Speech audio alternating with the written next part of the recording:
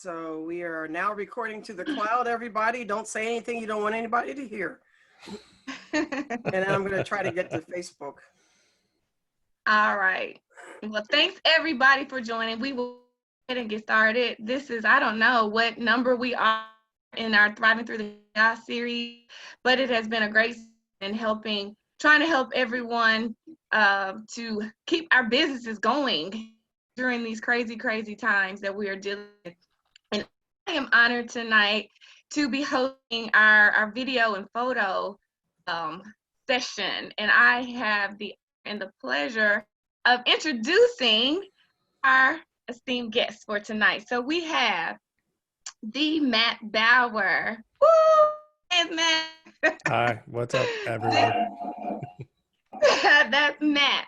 And I'm working with Matt, but we'll talk about that. Read Matt's bio, and I'm going to read John's bio so you know just how awesome these folks are.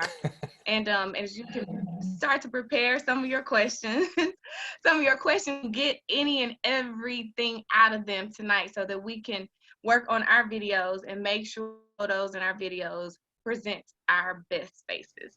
So Matt's love for capturing stories stems from his rich past as a professional musician. For the last 15 plus years, he has been helping others tell their stories through digital multimedia production, motion graphics, voiceover work, graphic design, and audio production. He leads a team of creatives that share his passion for visually stunning storytelling. A natural-born artist, Matt is a singer, songwriter, guitarist, drummer, and all-around entertainer. When he is filming, editing, and working with speakers, he and his guitar are crowd favorites at NSA events and social gatherings. Give it up for Matt Bauer. Thank you. Thank you. Thank you. Remember when we used to get together in person? That's when I used to have the guitar out. It's way back, way back. I remember those old days. John D'Amato. John D'Amato is a branded lifestyle portrait photographer who collaborates with expert-based business owners to create an emotional connection with their audiences through persuasive visual storytelling. More than a photographer, John sets his clients up for success in a portrait session by coaching them how to best leverage their image content for every touch point across their online presence. A former television producer, John has over 20 years production experience and has been featured as a portrait photographer expert on several NBC Universal daytime shows. He's also a C-suite network advisor, sponsor for the New York City chapter of the NSA, and a contributor for several photography trade magazines. Give it up for John D'Amato. All right. So we have some people here that know what they're talking about. And I trust them, at least trust them. I think they know what they're talking about. And we know times are changing. And so all of us have been in a position where we had to shift businesses and change how we deliver what we offer. But the question is, do our photos and do our show that we are making shifts? And so we have John and Matt here to talk to us about why we need to make a shift and how we can make that shift. So I have some questions that I've prepared, but if you have questions, please feel free to post them so that Sylvia is helping us in the background. I don't see you right now, Sylvia.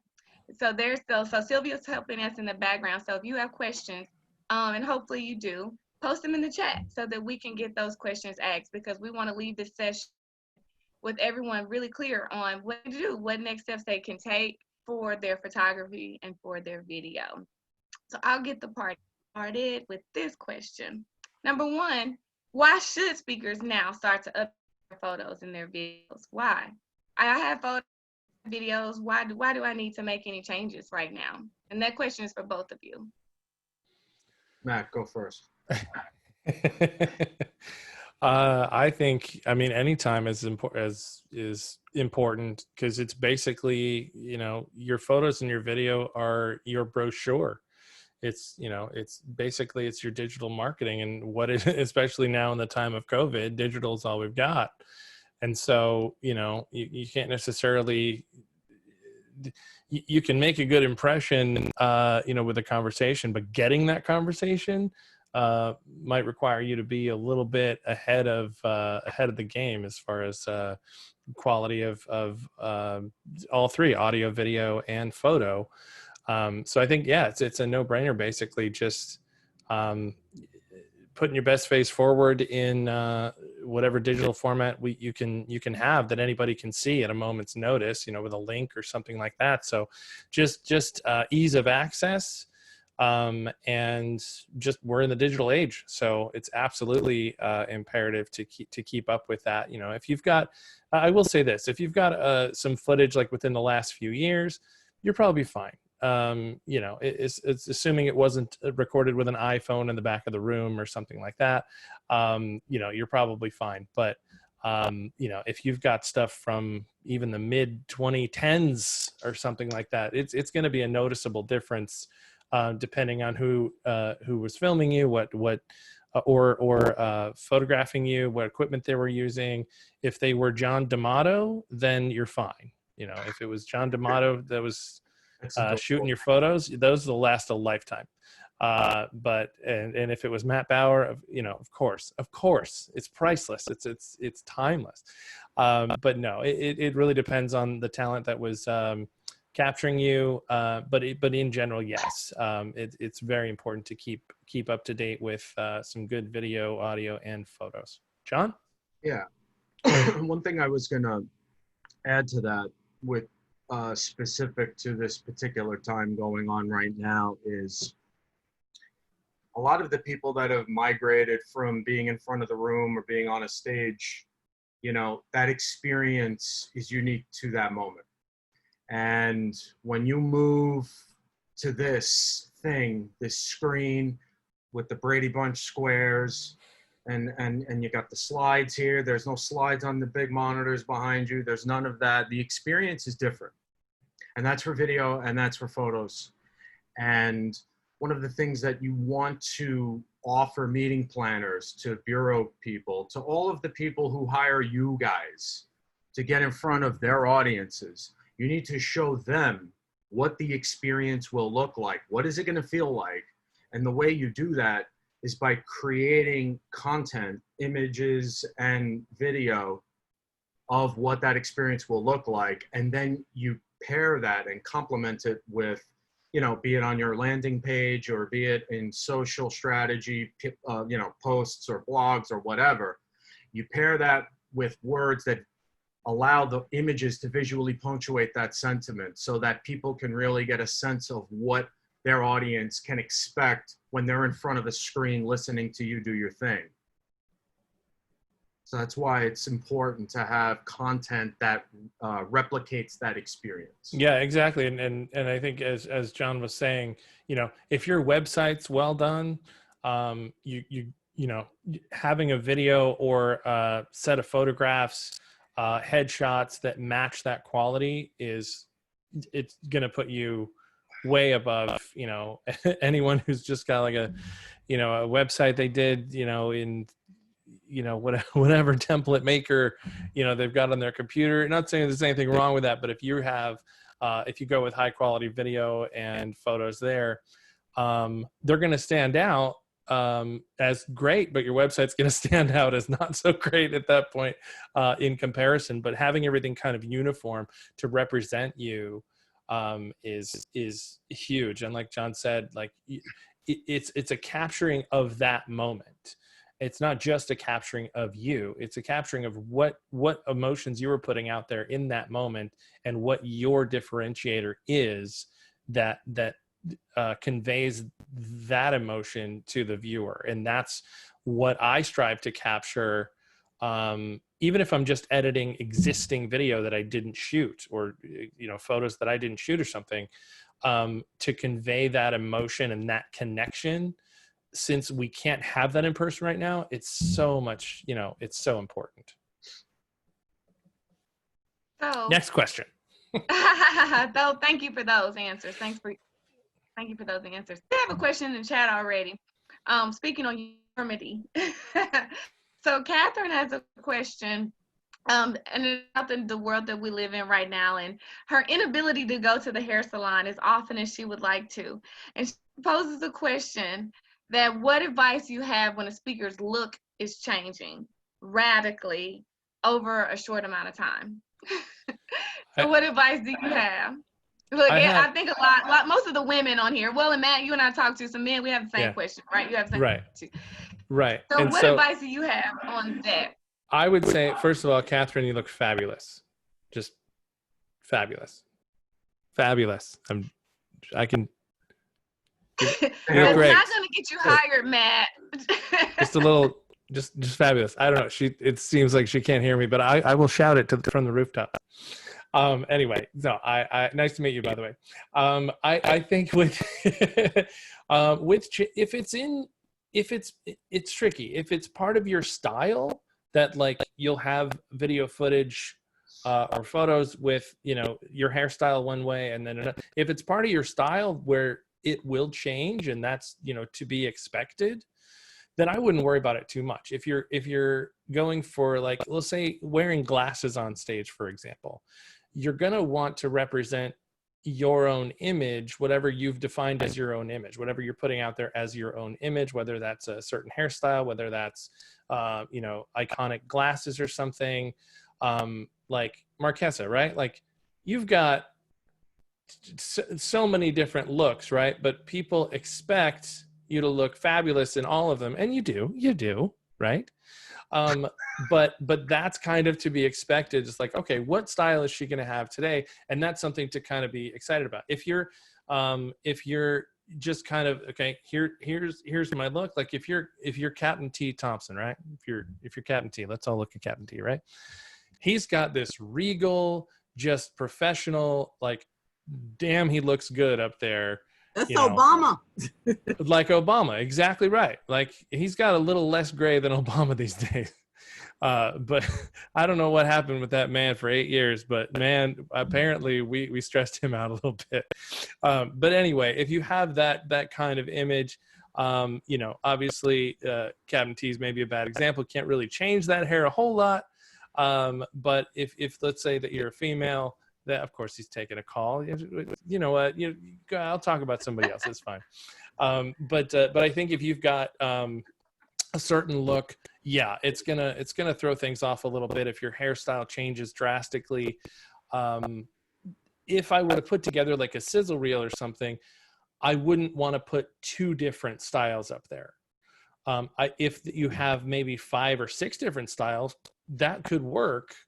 As long as you're okay putting yourself out there as somebody who changes up their style. Maybe that works with your message. Who knows? John, do you have any thoughts on that? Yeah, I deal with if it's not hairstyle, it's weight. If it's not weight, it's age. If it's not age, it's my outfit. If it's not, right, it's that. At the end of the day, it's really simple. Where you are right now is how you look right now. You have something that you need to get out into the world so that people, you draw people's attention, you get that visibility that you need because you have the opportunity to change their lives. And it's more important to put yourself out there in a way that flatters you as best you look at this second and get the message out and get people on board than it is to wait until the ideal scenario that's never really going to happen in the first place. Completely agree. So, yeah, and at the end of the day, you're going to always change. You're always going to evolve. We all get older. It's a part of life. Own who you are at every moment of that, across the board. And as things change, you update things. That's what we do. I recently was. Thank you for that. And use me as an example. So I'm working on my video now, and I'm probably one of those people who changes often. Yeah. But you make it look good. Yeah, and every piece of that puzzle, it's still you. It's not like you're a completely different person. At the end of the day, it's the way you look now. And I don't think there's anything wrong with commemorating that moment in time. Like for me, I had the crazy COVID hair for months, and I took a bunch of iPhone photos that I used for some of my content, and I decided to put some of it in my evergreen content. So it's going to be going and going and going. Do I look like that? I hope I never look like that again, quite frankly, because I look like a crazy nutty professor, like all the way out. I didn't like it, but it's more than just the way you look. It's the sentiment behind the image. It's the expression on your face. It's the emotion that you're conveying to the audience. And sometimes those photos work out best. Not sometimes, they always work out best. It's just a matter of owning that moment. Yeah, and I've got a follow up as well. I think to John's point, you know, I think nowadays, like by nowadays I mean the last 4 months, people are all home and they understand, like they're a lot more forgiving as far as physical appearance these days, presentation. And so like now is the time to jump in and try something new, or now is the time to do some Facebook lives or do some video or, you know, something like that, where everybody's not, I don't want to say like they used to be this way, like anybody looking to hire you, but generally speaking, nowadays people are a little more, okay, if they see a video, they're not going to focus on, oh man, why is that, you know, on that wall, or why is, you know, the hair out of place or whatever, like they might have scrutinized in months past. And so, yeah, I just be you, I guess, and don't be afraid to do that. And as long as you're genuinely you, I think that'll come across no matter what. Thanks for that. And I'm going to tell you guys, there's a storm here, and so I think my internet is acting kind of funky. So thanks, Matt and John, for keeping the conversation going when I things up. Oh, But, such a chore. I was going to. So Matt and I are working together right now, and I'm probably one of the examples of people who change my hair often. And so my look is probably pretty different throughout. But the comments that you guys made, I think, are on point. So thanks, Jen. Thanks for those answers. I want to transition to, because you were talking about the results of COVID-19 and the world that we're living in right now. So another consequence that we have to that is what we're doing right now. A lot of us as speakers were already speaking to each other virtually, but now the whole world is speaking to each other virtually. And we're presenting to our clients more virtually, and we want to continue to present to our clients more virtually. So John has transitioned his business, or correct me if I'm wrong if it's a transition, but now he does virtual photography. So John, can you explain to us what virtual photography is, how it's different from face-to-face photography? Right. Well, for now, I mean, basically, I did shoot an actual human being in my apartment earlier for a headshot, which I almost cried. It was awesome.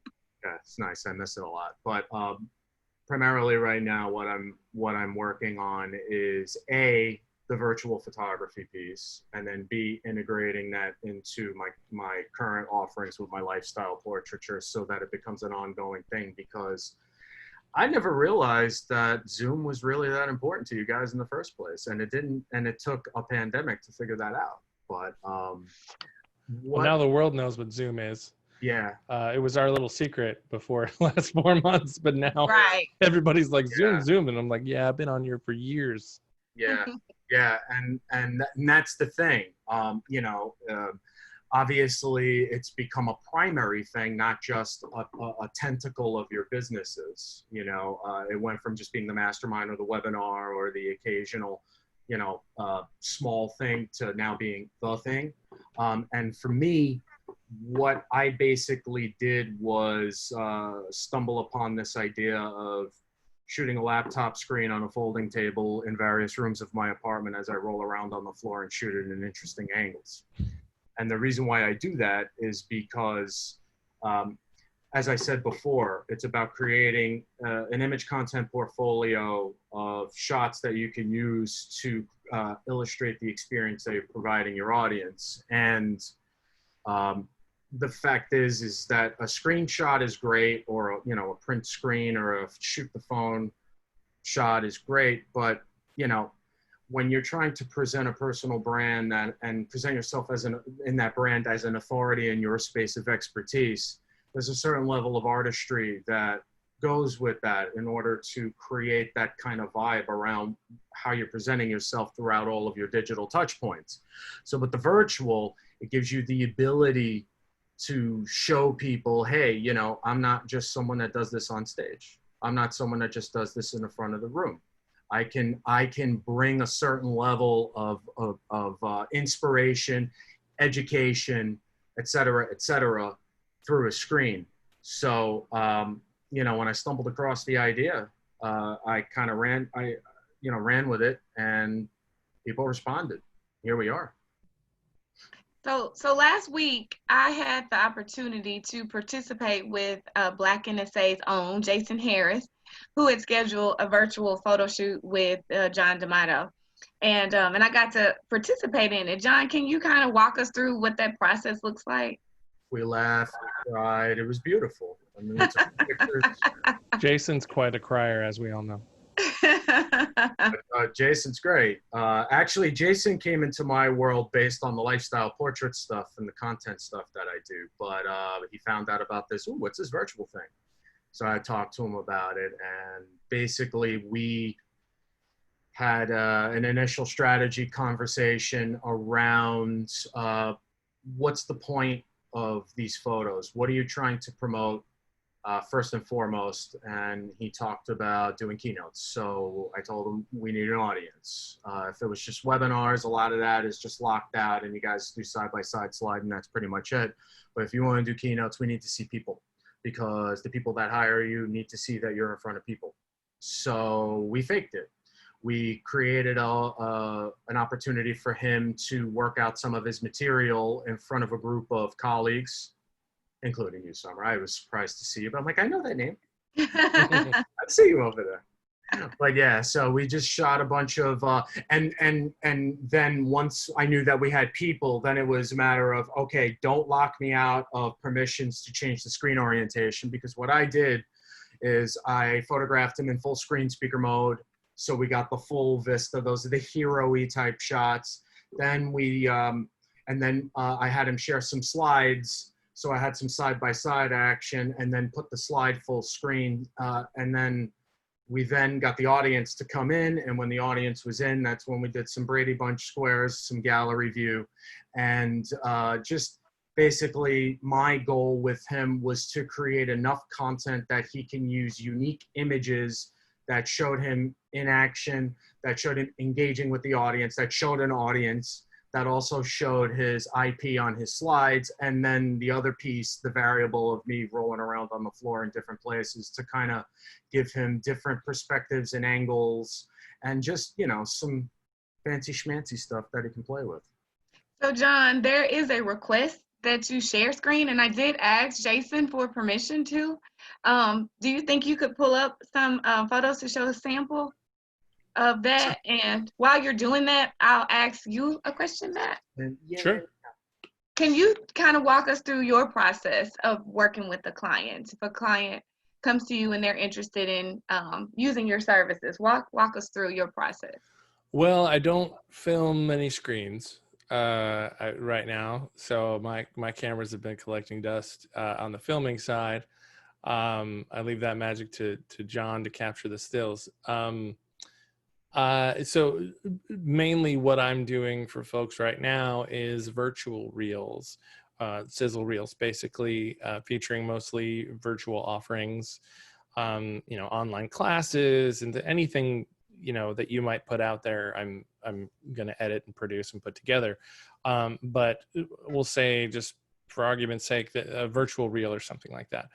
Basically, I'll take existing footage that you have, you know, either from Zoom recordings even, you know, I'll ask for, you know, something like, you know, behind the scenes, you know, here, you know, look at me working, you know, kind of things to include there. What I'll do is, like, I'll superimpose the Zoom recording onto not a fake, but you know, a stock video iPad or an iPhone or computer screen or something, to show people actually watching you, even though they were watching a green screen at the time.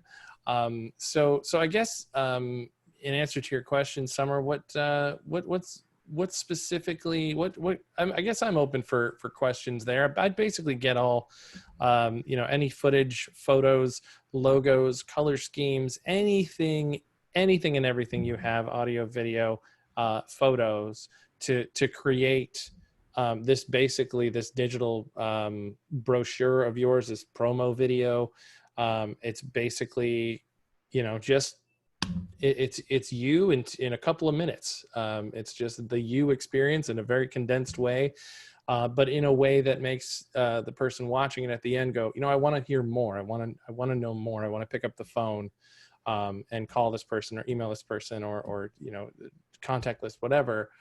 And my goal at the end of, I'm still doing some like big sizzle reels with kind of a combination of stage stuff and virtual stuff. But at the end of that, 3-4 minutes, I want people to feel like it's been 30 seconds. And it's like, whoa, okay, I gotta have more. And so to do that, I'll basically, figure out the person's story, just have a conversation about what your story is, what your differentiator is, bring that out as much as I possibly can in the video. And I work extensively with music. Like Summer said, I am a musician. And I'm real big on selecting the right music tracks and things like that. I think with Summer's reel that we're working on right now, there's 3 different tracks. And hopefully we're going to have on our next meeting, she'll like them. But yeah, I do go pretty extensively to find the right music. I'll even go as far as to figure out the cadence, the beats per minute of the person speaking and match that with the music track. So it flows kind of behind the scenes, maybe unbeknownst to the viewer, that it just kind of has that harmony in pacing and nothing sticking out as problematic, and it just flows. And at the end of that, 3-4 minutes, like I said, you're like, okay, I got to have more of this. So does that answer your question? So you mentioned the 3 or 4 minutes. Yeah, no, that does. So you mentioned 3 or 4 minutes. One question that's been posed is, what is an ideal length for the promo reel? So it really depends on what you're going for. If you're a stage speaker that wants to do, God willing, when we get out of this thing, and people come out of their houses, who wants to continue to do stage stuff, but also have a virtual offering, I would say the 4-minute mark, 3.5, 4 minutes is good for like an overall reel there. Like with yours, that's what we're doing. We have basically all the elements of where we can find you on stage or on screen. But if we're doing like a virtual reel, which is just like, hey, here's my virtual offerings, here's my programs, here's what I look like doing that, here's some happy feedback from people, it's going to be about 2 minutes, maybe a little bit more. But in general, 3.5 to 4 minutes is a good amount of time where people go, okay, I got that kind of time. If you get into 5 or 6 minutes, they might have to budget time for some reason. Everybody's just so busy, even though they got nothing to do right now. So Okay. Hopefully that answers the Matt, question about 3 minutes. Yeah. What's that? I think so. So I was going to ask, lots of people want to see examples of the virtual, the that you're doing that you mentioned about virtual.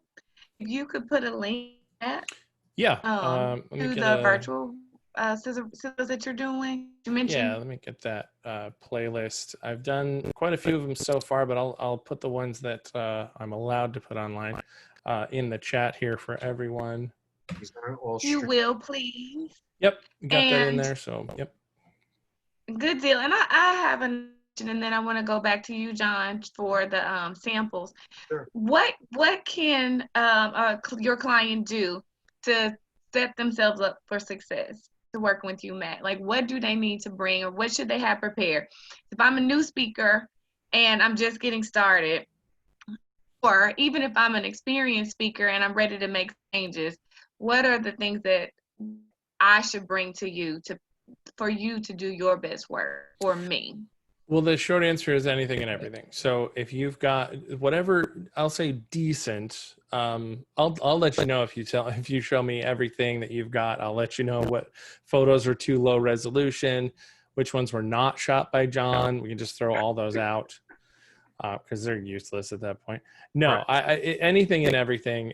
Even if you're a new speaker and you maybe have just stuff from Zoom or just stuff from a webinar somewhere, I can still work with it, and the way that I craft reels, I basically make them modular so that if we if you have better footage down the line, we don't have to change much of anything else. We don't necessarily have to change the music. We might change the pacing a little bit to make the clips fit if they're different times, different lengths. But I make it modular so that if you get updated footage in the future, you can still maintain the same message, the same feel, and just have a better visual quality of that. So back to your question, especially if you're a new speaker and don't have a whole lot in that area, honestly, at this point, go outside, get some natural light, or find a place where, if you can't get John, of course, find a place where you've got some natural light, in a living room or even outside. Set up invest in an inexpensive tripod and a phone mount. If you've got an iPhone or Android phone from the last 2-3 years, it's going to take pretty great pictures given enough light. Yeah, something like that with a phone mount on a tripod. Anything, just get some good photos. Because you can do a lot with photos. You can still maintain motion with photos. That's a very inexpensive way to do it, especially if you're just at home. Way to get some source material.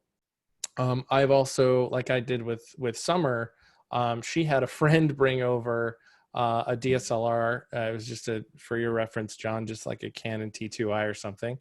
And just a basic something, and we shot it in 1080p. We made sure we had some nice natural light coming in from a window, and I was on Zoom, and it was like, hey, can you adjust it this way, adjust it this way, adjust it this way, blah, blah. And so once we got it adjusted, and I kind of talked her through her friend through the technical stuff, we shot an interview, like from, I didn't even need to be there. Now, if I was there using my equipment, it might be a little better visually, but for what we had, it still works, and we're using it in the reel, and it is pretty effective. So you can do a lot if you don't have much. You can create a lot, but for those who have a ton of stuff, yeah, just your best stuff. High quality, meaning like at least 720p. Recordings. 1080p is great. 4K is what I shoot in, just because it's overkill and it gives me a lot of options to manually crop later and get a closer look without losing any resolution. But at the bare minimum, 720p or something like that, whatever recordings you have of yourself presenting on stage or presenting virtually or whatever. Short answer, anything and everything. It's much better to have too much than too little. But generally speaking, photos, videos, if you've got a logo, great. If you have a certain color scheme that you like, that makes, that's maybe featured on your website, I'd like to make the video uniform to that, and just make it all kind of one brand. So yeah, anything and everything, basically. In short, I could have saved you 10 minutes with that answer. And if I would just no, that's good. And I would just add that if I just experience, if creating a new video is something that you're considering, we all should either considering creating a new one or editing what we have. I would consult with a video editor, just even before you process. So one thing that I did was I hired a videographer for a speaking engagement I had before the world shut down, and I didn't get what I needed from the video shoot. Yeah. Almost a wasted opportunity and wasted money. And so Matt's been working with me, try to make that footage work. But had I talked to him beforehand, I would have been able to provide direction to the videographer who the footage. So those are some things to really kind of keep in mind as you're going forward, getting started. And I would say the same thing with the photo. He gave some advice, but those are probably good conversations to have as you start to collect the things that you need. So thanks for that. Nat, I do have one other thought. I'm sorry. Sure. So another thing is, like, if you have like a whole speech or presentation recorded, let's say it's an hour, even if it's recorded through Zoom, you can actually break apart all of that content and release it as social media videos. You can just do a 2-minute, 3-minute sort of thing if you're telling a story or something self-contained. The longer stuff that I don't generally use for a sizzle reel is great with just a little intro and an outro on YouTube. It gets you out there. It's got your information on there, your call to action to divert everybody back to your website so they can book you. And so there's a lot of value. Let's say you have that 1 hour thing. You can strip the audio and just make that podcast material. You can make a transcript from that and create blogs. Like you can find a lot of value in a 1 hour presentation, for example. And so it's not just for sizzle reels or, it's online content in general. You can really squeeze a lot out of that. Catherine, you approve, I guess. So she's you got Catherine's seal of approval. So go ahead and do that if you've got that footage. Thanks for the extra little tidbit. Sure. So John, do you have you can share with us? Yeah, I have the album with like 200 photos. I could just scroll through quickly if you want me to. What do I do? Let's not see 200, maybe. It goes by in like 5 seconds. Don't worry about it. Just screen. And guys, I also put some of my work by John, some of things he shot for me in the chat room as well. John is amazing. Yeah. And Matt, I think you shot at the national conference, right? I did. Oh my God, that was you. Okay, yeah, Matt he shot for Black NSA before. I thought so. I was like, is that the same Matt? That's me. Okay, good. All right. So yeah, we got two guys that are used and trusted by our NSA colleagues. It's awesome. That's right. Yeah. Okay, can everybody see John's screen? That's Jason's daughter, I assume. Yeah. Yes. Yeah. This was at the beginning. Let me go. Okay, so these are some of the speaking shots, kind of in one outfit, different expressions, turning the camera around, black and white, color, things like that. Trying to shoot straight on versus angles, dynamic quality, showing the background, showing that it's not against changing the background again, different faces, all of that, changing the location. And then if we skip forward to,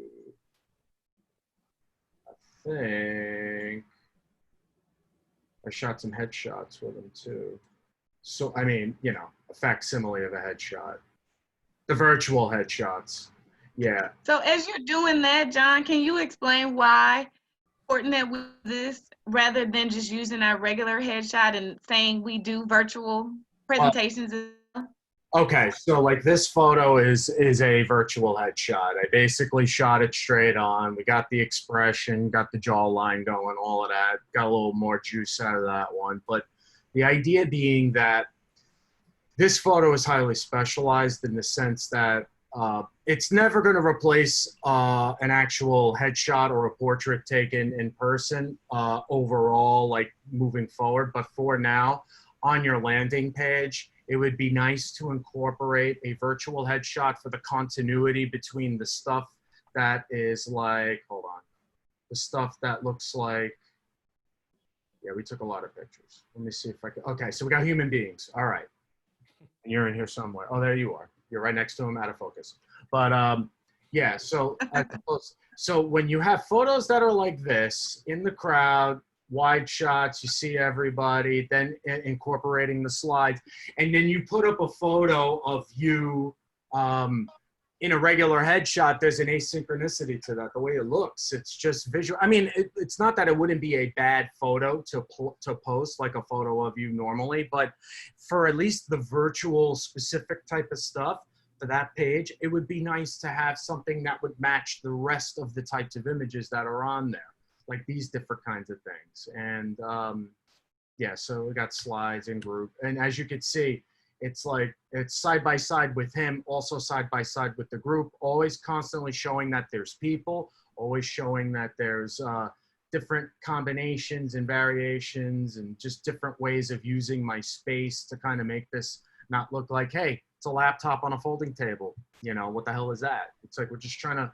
make it look interesting and kind of give different expressions. And again, all of these shots have different types of facial expressions and body language because that's what we shoot. That's what I shoot of you guys when you're in front of a real room. It's the same thing.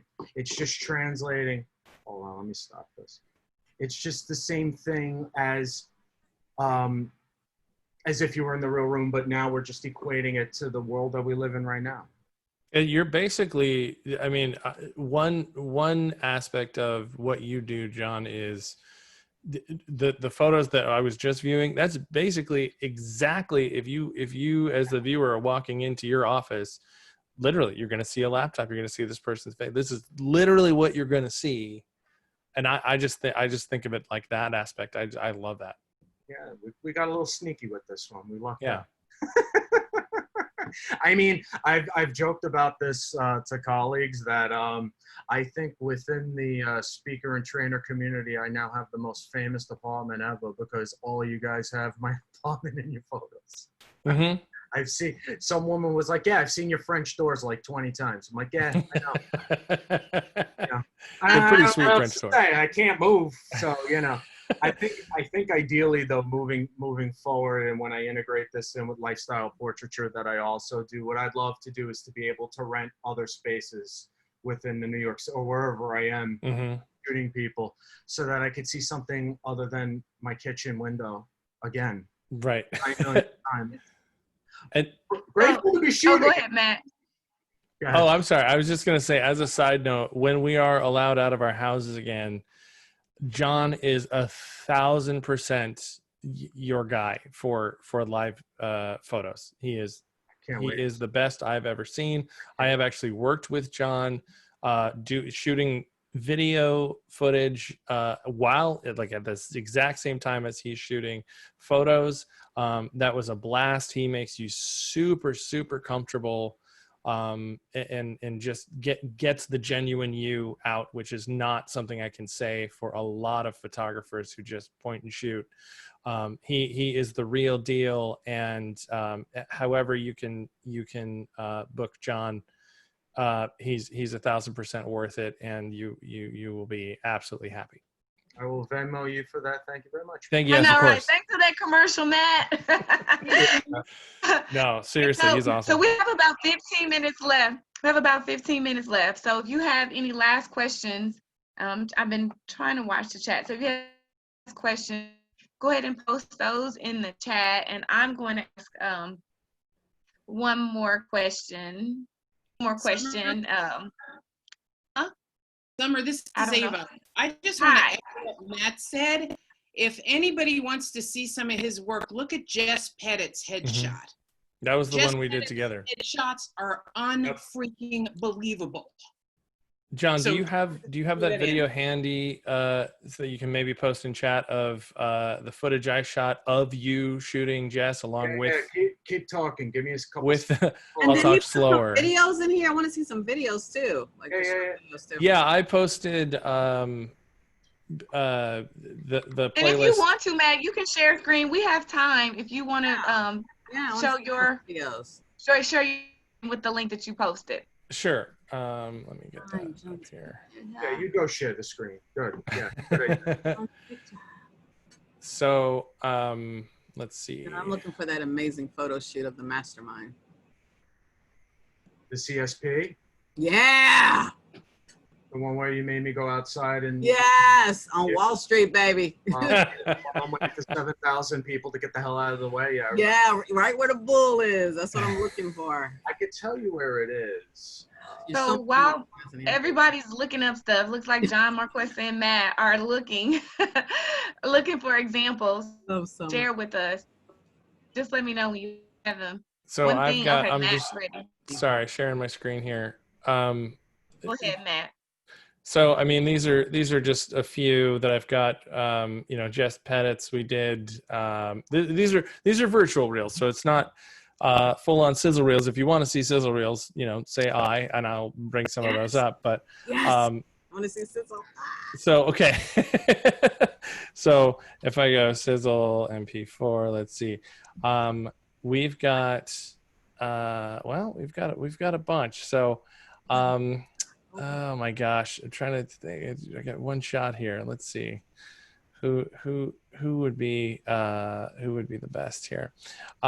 So I mean, I'll just kind of play a little bit of, so like Meg Beccaro here. I don't know, or Beccaro. I don't know if you guys know her, but she's pretty awesome. She's an example. So I shot Meg this. Beccaro works with organizations and individuals who seek to increase their credibility, likability. So, you know, the elements that you're going to have. I don't know if everybody can see this. Yeah, we can. Okay, so the elements that you're going to have, and she didn't have much footage, so maybe this is a real good example of what you can do with not a lot of footage. You know, I'm doing the voiceover on this one, so like the keywords that I'm saying: credibility, likability, and influence as professionals. that kind of stuff. Kind of From the courtroom to the boardroom. Highlight those and emphasize them on the screen. I'm going to turn the sound off here so you can hear my lovely voice while you watch this. But basically, this is, you know, some stock footage here you can use to complement anything that you maybe don't have a visual of. But you know, this is basically just titles here. You know, showing the struggle of having to be at home.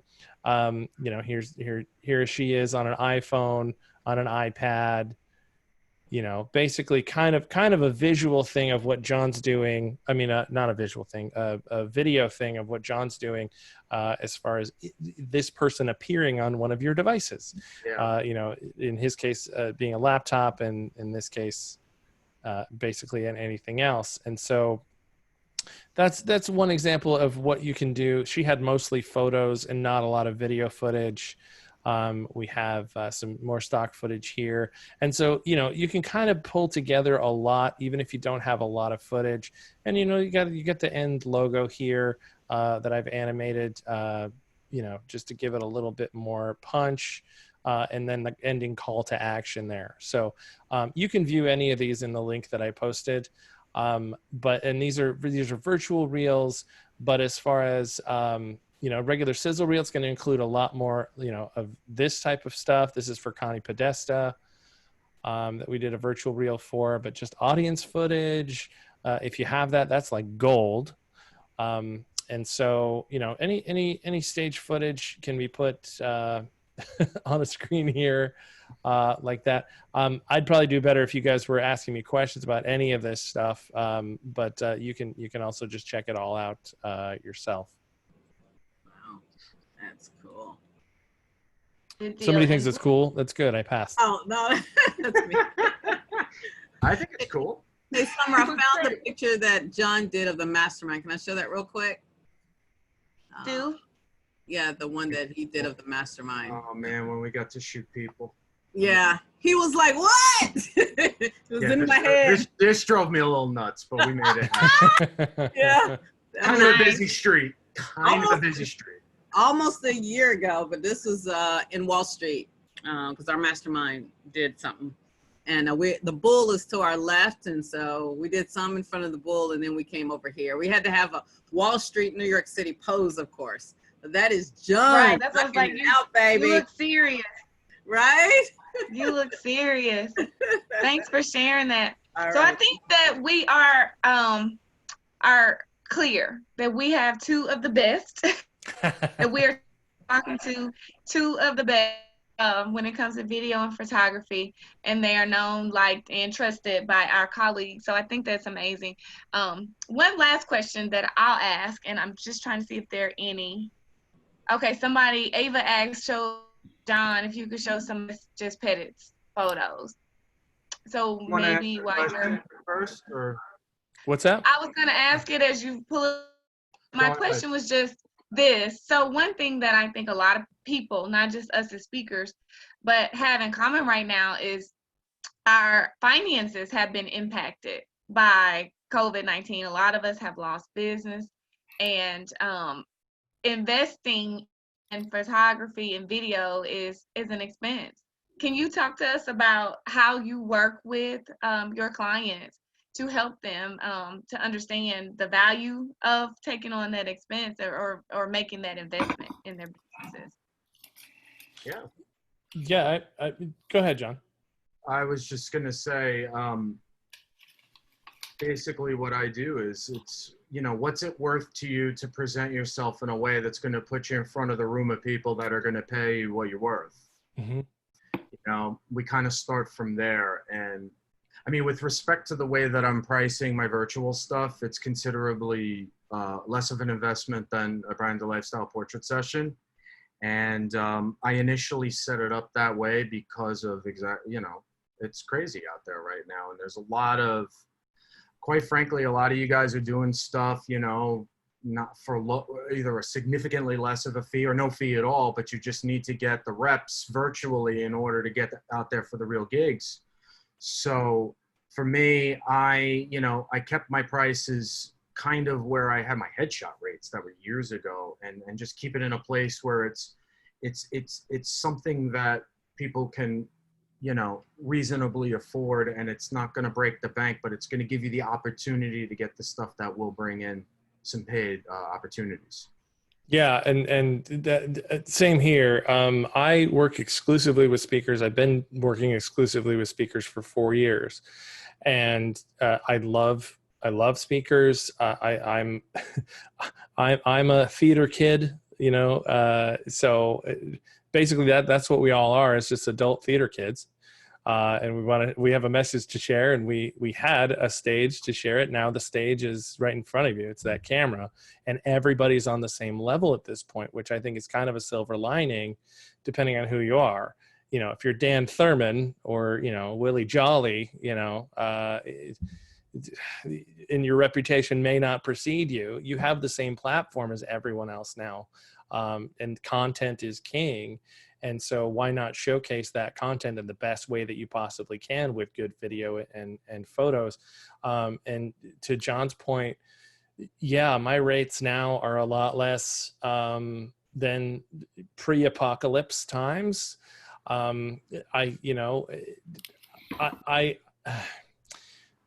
Part of that is, yes, obviously, if you guys aren't making money, I'm not making money. If you guys aren't getting paid, I'm not getting paid. And so, you know, to just kind of help out as much as possible, my rates have become a little adjustable. But as far as the value goes, I see somebody comment, you know, Sylvia commented in here, you know, if you're going to charge $10,000, you know, plus for fees, you need to look like we're at that level, invest in our businesses. Yes. Also, when, before the apocalypse, generally the going rate of a good sizzle reel, not necessarily my rate, was the cost of 1 gig, really. So if you had a $10,000 gig, you should have a $10,000 reel. I mean, something that looks like you're a $10,000 speaker or a $15,000, $20,000 speaker. Now I can't sleep at night if I'm going to charge you $10,000 for a sizzle reel. That's not me. I want it to be worth it all around. Summer and I have had this discussion. You know, I want everybody to feel good about that experience, to feel good about that investment. And so, you know, there's some wiggle room here and there, depending on your budget and things like that. Bottom line is, I'm going to give you the same product. I'm not going to hold back on something. John's not going to hold back on something. He's going to want to, you know, we're going to want to put you out there in your absolute best light and give you all the ammunition that you need to get as many gigs as possible and to get booked. And so as far as an investment goes, to me, it's priceless, not just because I am the video guy.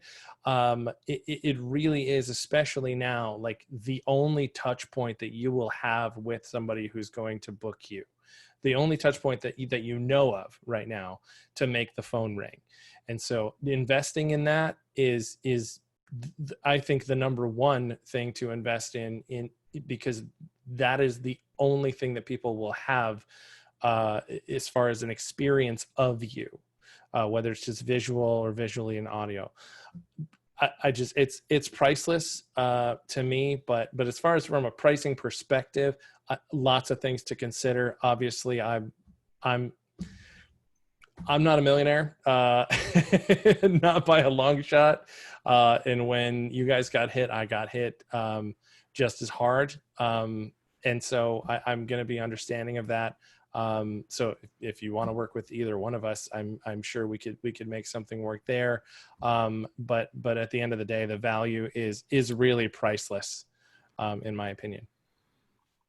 Thank you both for that. And I asked that question because of the challenges many of us are facing in our businesses, but also to keep it all in perspective, because we're all looking at, I think everyone is probably being really careful about how they spend their money and what they spend their on right now, and to really consider these important investments that I think that we need to be making in our businesses so that we continue to grow our business. So, and also just Matt's point, one thing that I think we're experiencing this as speakers, we're delivering our content for much less than normally would. This might be an opportunity for us to take advantage of these deals that that we're experiencing with our partners. So thank you guys both. One last question. Well, two questions. One, if you both will put in the chat how to contact you. Sure. And then the question, Norm, what are your thoughts on the 3 to 5 minutes that is about motivation? Let's see. Subject that is designed to the masses. Norm, will you unmute yourself and ask your question? Sure. I've seen plenty of the 3 to 5 minute videos of people, you know, out in the middle of nowhere talking about this is what they believe. I put Prince EA or AE or whatever his name is, because he's the one that came to mind. Him, you know, talking for about 3 or 4 minutes about a particular concept. And as much as, I mean, I like them because I think they probably get to the people. I just want to know if they're effective, what you thought about them. Is it worth the investment? How much is that thing you think costing? Because I think it's a quick way to get to more people instead of to the decision makers, and I'm considering that. And so, okay. So my thoughts on that, I love Prince EA stuff. I call him EA. I don't know. I didn't know there was another pronunciation, but okay. I don't either. But he puts out some great stuff. As far as from a technical standpoint, there's a lot of interjected stock footage and titles and animations and things like that. So it can get a little expensive. Depends on your definition of expensive. But he puts out, for example, Prince EA, he'll put out a video, like once every 3 months, 6 months, something like that. So it has high production value because it lasts a long time. There's some folks on YouTube that put out a video like once a month that gets 20 million views, and that's all they ever do. They don't do daily videos. They don't do weekly videos, but their videos are so impactful that they don't need to do them, you know, more than once a month, once every 3 months, 6 months, to be iconic and remembered and brought up in a conversation like this one. So is it worth it? I think it absolutely is. If you have that content and can present it in such a way that is impactful in that way, and to help with the impact, yes, obviously you're going to have some titles that really emphasize the points that you have, some animations that really emphasize that, and so it does come with a cost, but I think the return on that is, if it's being shared millions of times and you're just a household name, again, priceless. Like what would you pay for that? You know, pretty much all you've got. So I don't know if that answers your question, Norm, but basically I think it's absolutely worth it to do something like that. His video, Prince EA's videos, they used to rhyme. I think they might still. It's kind of a half rap, half talk sort of presentation there. So depending on your platform, that could work for you.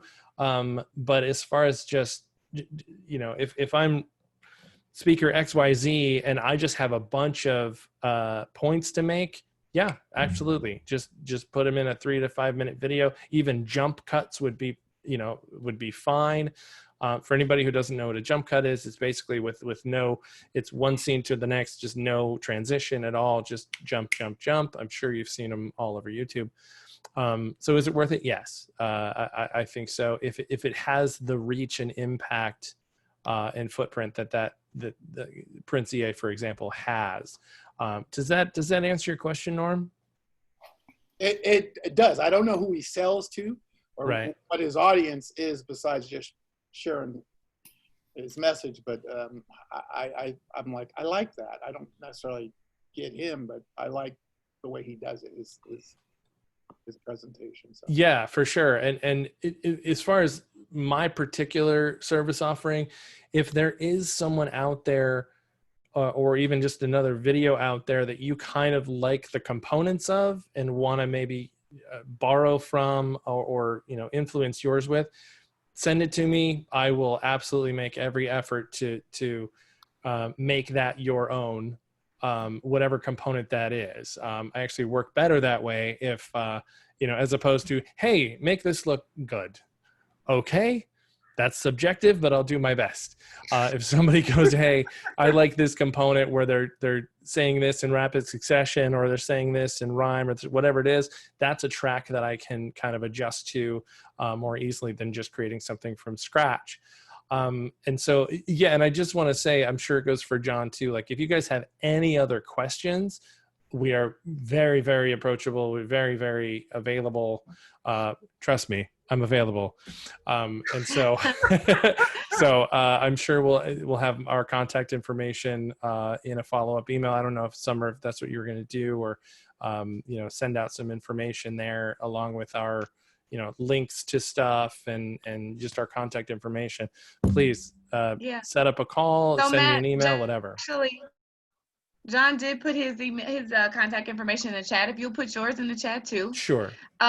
And of course I can share the information again with everyone. But I do know now, like I said, I've been working with Matt, so I know him personally. John, I got to experience as well. So I want both to be very personable. So any questions, I think you should definitely reach out to them and explore the opportunity of working with them. So we are at time, and I want to be respectful of everybody's time. If you have further questions, please do reach out to them. I want to thank you guys for joining us tonight, and hopefully you got some good information that's going to help you with your video and with your photos, so you can put your best face forward, and we don't have to look like the craziness that we've been going through. We can look much better. Don't forget our announcements. Don't forget our announcements. That's what I was just going to say. I'm going to over to Sylvia, who is going to close us out. Thanks, everybody. Go for Thank it, you, Sylvia. guys. All right. So, number one, props to, I'll get this off. Number one, props to Summer for moderating. So everybody give a wave, a clap, a thank you. Props to our guests. And let me make this reasonably short. I just lost my clipboard. There we go. So for some announcements for Black NSA, what's next? We have our next Chaos series coming up next week. Next Monday, same time, same place. Well, different place, but sign up for the link tomorrow. Starting tomorrow, it's the same sign up, and you'll get a different registration page. So what's next? Do you desperately want to create super engaging and irresistible videos? So kind of part two, our very own Robert Kennedy III will share his magic for making this happen. So plan to go to register bnsaevent.com, just like you went for registering this one, and we will have that linked to the new page for next week. Or look out for your Black NSA emails and click on the link. Marquita Miller will be our guest, oh dear, July 20, I'm looking at the calendar, sorry, July 20th, I think, 2 weeks from now. She's gonna talk about money. She's going to talk about the PPP and or other grant money that's still available. There's lots of them still. So we need to be aware of other funding that's out there, that's still out there, that we can use for our own businesses.